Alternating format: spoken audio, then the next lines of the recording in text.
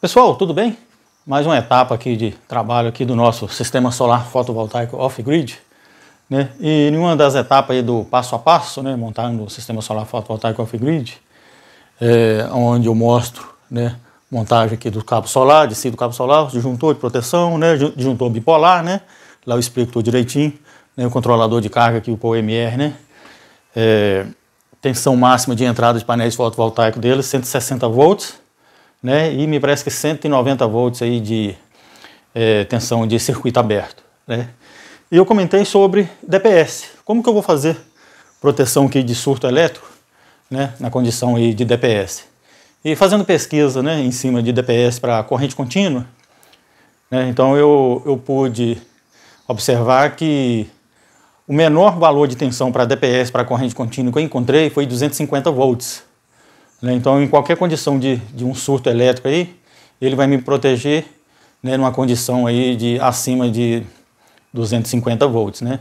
E sabemos que um surto elétrico aí é provocado, né, por descargas atmosféricas de forma indireta, né? Normalmente descargas atmosféricas, né, que são os raios, né, principalmente na época de chuva, né, de forma direta, normalmente, né, o sistema tem que ser completo também com o sistema de para-raios. Então, no nosso caso aqui, né, nós estamos falando de descarga atmosférica, né, também algum surto elétrico proveniente de estática, né, como os painéis ficam expostos ao tempo, então corre o risco também de ocorrer estática. Mesmo, né, a estrutura dos painéis, né, a carcaça deles ser aterrada, igual o meu caso aqui, está aterrado, mas eu preciso proteger também o positivo, né, e o negativo que desce para o controlador de carga. Como o controlador de carga, né, tensão até 150 volts, né, eu estou trabalhando aqui com, né, como vocês viram no passo a passo, 3 painéis em série, né, de 40 volts, né, então eu estou trabalhando aqui, já observei valores de tensão aqui no meu controlador de carga de quase 140 volts, aproximadamente 138 volts, às vezes em tensão tensão máxima dele, né, na função 7, né, que é a tensão máxima de carregamento das baterias, já percebi que ele chegou até 138 volts de tensão de painéis.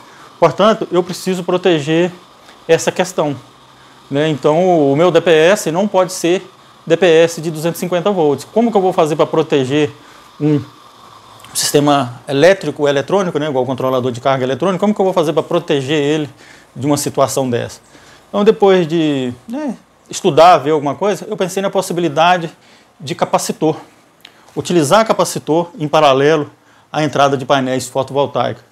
Assim, o capacitor irá absorver, né, esse surto elétrico. Agora eu pergunto, será que realmente o capacitor é possível, ele consegue, né, suportar, né, capacitor aqui, por exemplo, eu vou precisar de capacitor de 160 volts ou 200 volts. Será que um capacitor de 200 volts, por exemplo, ele suporta aí, um surto elétrico, né, sabendo que um surto elétrico ele ocorre aí na fração de segundos, né? Corrente não muito alta, mas porém um valor de tensão altíssimo, né? Mas em um período de tempo curto, né? Fração de segundo, menos de segundo. Então, será que o capacitor ele consegue absorver esse valor de tensão de surto? Pois é, em cima dessas dúvidas, né? Desses detalhes, eu resolvi fazer testes. Resolvi fazer testes aí de surtos elétricos em cima de capacitor, né? Então, vocês vão ver que na sequência eu vou estar utilizando aí alguns capacitores. Inclusive, já estou aqui, ó, um pack de capacitor de 200 volts. Capacitor que eu tirei de fonte de computador, né, as fontes ATX. Então eu tenho aqui 20 capacitor. 1, 2, 3, 4, 5, 6, 7, 8, 9, 10 aqui, com 10 aqui, 20. Tem capacitor aqui, são todos 200 volts, né? Todos capacitor de fonte ATX, né? Da retificação da fonte ali, né? Da tensão alternada para tensão em corrente contínua, então todos os capacitores são de 200 volts. Porém, alguns capacitores são de 470 microfarads e alguns capacitores de 330 microfarads. Portanto, nesse pack aqui eu tenho 14 capacitores de 330 microfarads e tenho 6 capacitores de 470 microfarads. Totalizando, até fiz uma anotação aqui, então totalizando aqui 7.440 microfarads. Então, como ele é 200 volts, então pessoal, eu já estou aqui, né, com a fonte de computador, né, fonte ATX, né? Ela já está aberta aqui. É a fonte a qual eu estou removendo, né, os capacitor, né, para o projeto em questão, né? Já soltei a placa de circuito aqui. Então, o capacitor que estaremos utilizando é esses dois capacitores. Então, portanto, toda a fonte de computador, né, fonte ATX, ela vem com dois capacitores. Esse capacitor ele faz parte do retificador de entrada da fonte, que é que transforma, né, corrente alternada em corrente contínua, juntamente com esses 4 diodos aqui.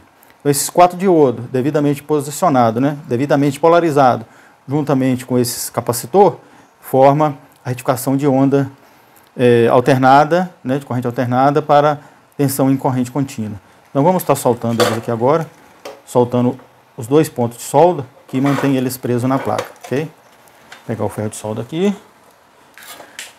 praticamente só aquecer, ó, só aquecer aqui e puxar, ó. Inclusive, ó, detalhes também a ser observado, ó, o capacitor já com defeito, ó. Provavelmente o capacitor já danificou, o pino dele está quebrado aqui, ó. Okay? Então são detalhes que tem que ser observado. Vamos ver o outro capacitor, vamos ver como é que vai ficar aqui, ó. Aquecer, pega um ponto, ó, pega o outro, ó, soltou. Esse capacitor está perfeito, ok?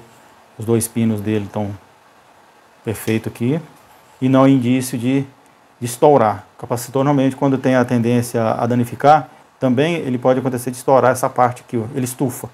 Então caso pegou o capacitor que ele estiver com isso aqui estufado, já pré-aberto aqui, que isso aqui é um X, né, que é cortado aqui no alumínio já para dissipar, né, a parte de explosão dele, né, a parte de calor dele é liberada aqui. Então esse aqui já dá para utilizar. Esse aqui, infelizmente não vai ter jeito de utilizar, ok?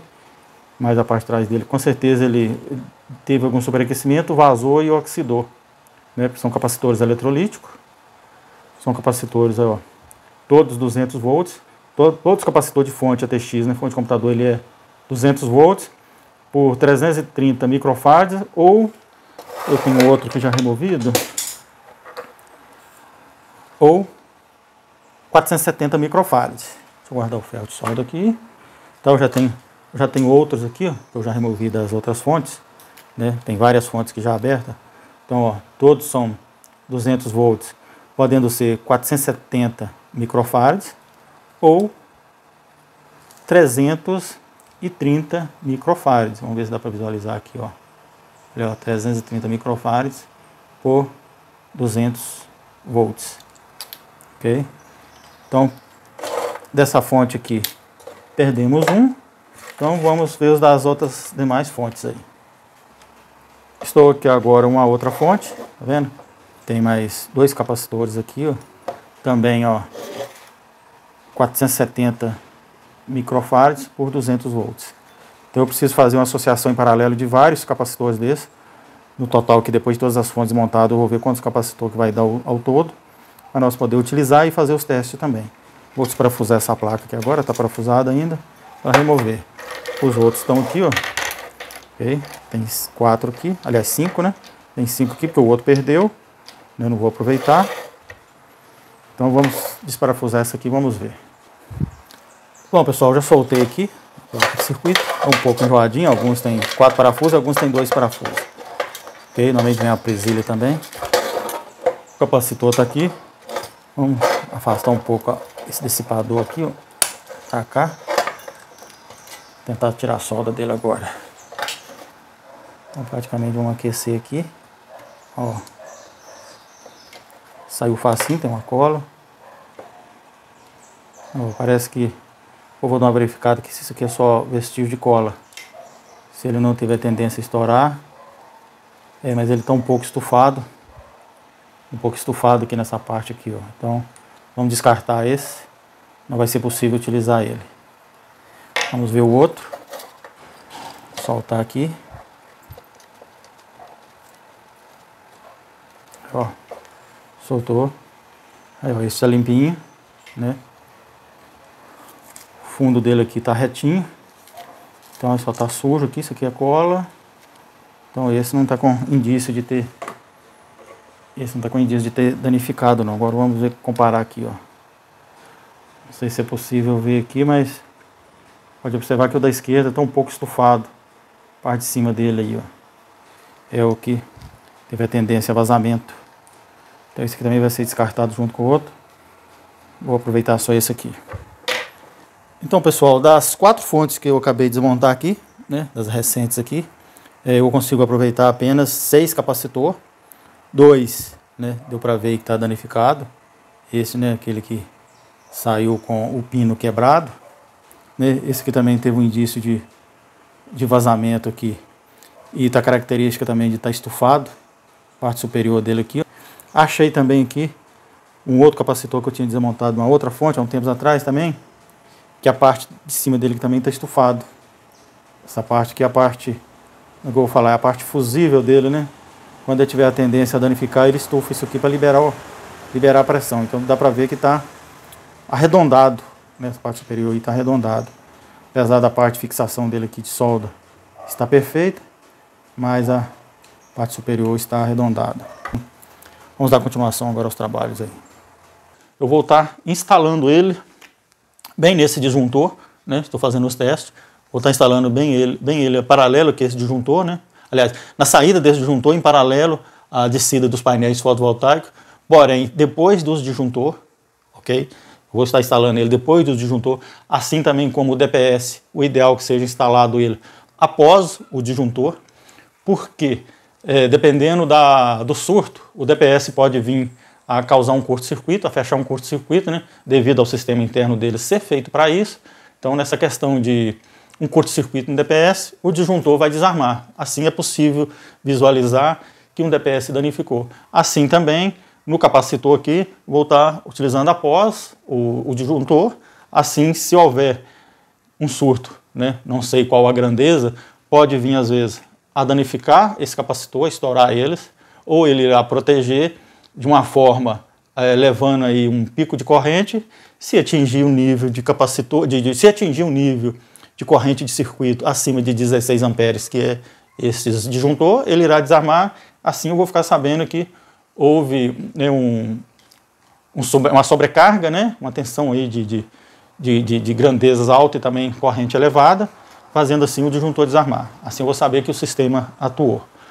Portanto, pessoal, esse é um tipo de trabalho, né, ainda não vi nenhum trabalho realizado dessa forma. Acho que ninguém até hoje nunca pensou em utilizar capacitor na função de DPS, né, para absorção aí de um surto elétrico.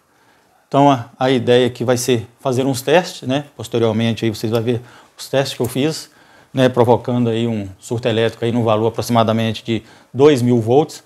É lógico que eu vou estar utilizando esses capacitores para poder acumular esse valor de tensão, né, os diodo retificador também para poder transformar a corrente alternada em corrente contínua, que eu preciso carregar cada capacitor desse com aproximadamente quase 200 volts.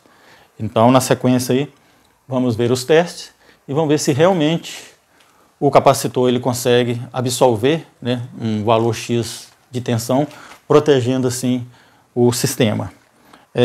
Eu procurei cálculos referente a essa tensão, né, quanto que um capacitor consegue absorver de pico, né, de corrente de pico ali de forma instantânea.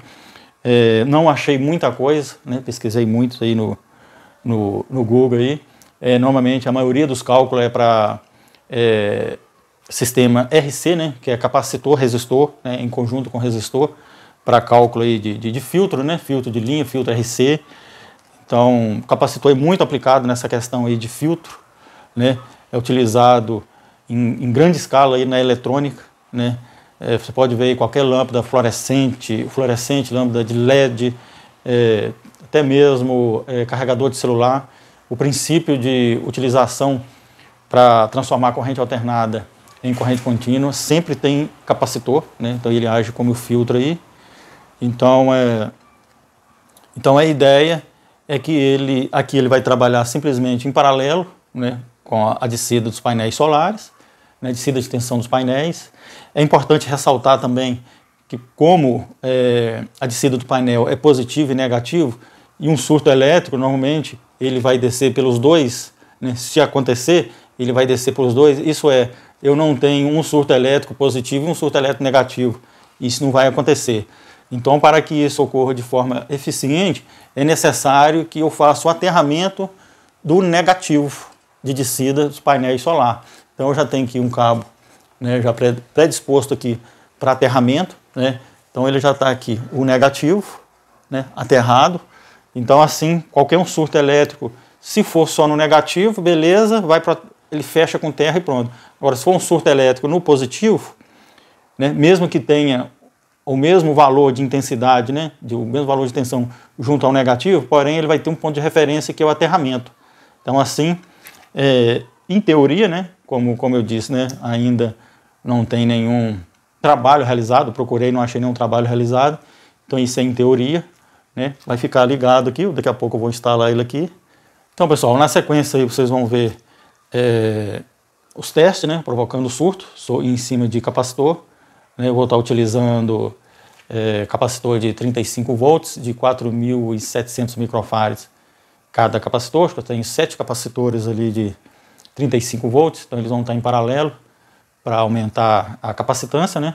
Vou estar utilizando uma sequência desses capacitores aqui mesmo de 200 volts em série, né? Eu vou estar carregando um por um, né, com aproximadamente 180 volts cada um, para somar aí um total aí de 2.000 volts e assim descarregar ele em cima de um capacitor de 35 volts.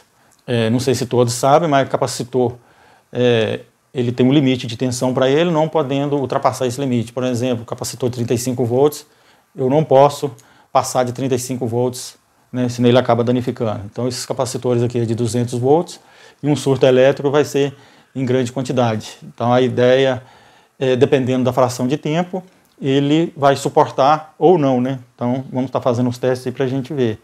E futuramente também com base nos testes, vamos estar procurando também aí algumas equação que explica aí quantos volts que um capacitor consegue absorver em função do microfarads, em função da corrente e o tempo, para a gente determinar no nosso sistema aqui, nos nossos testes, qual foi, né, o valor de tensão absorvido por um capacitor e se isso é risco ou não por capacitor. Ok, pessoal? Então, na sequência, vocês vão ficar com os testes. Pode ser que às vezes o vídeo fique grande, né? Talvez divide em 2 vídeos aí, ou talvez 3. Aí vai depender dos resultados dos testes. Ok, pessoal?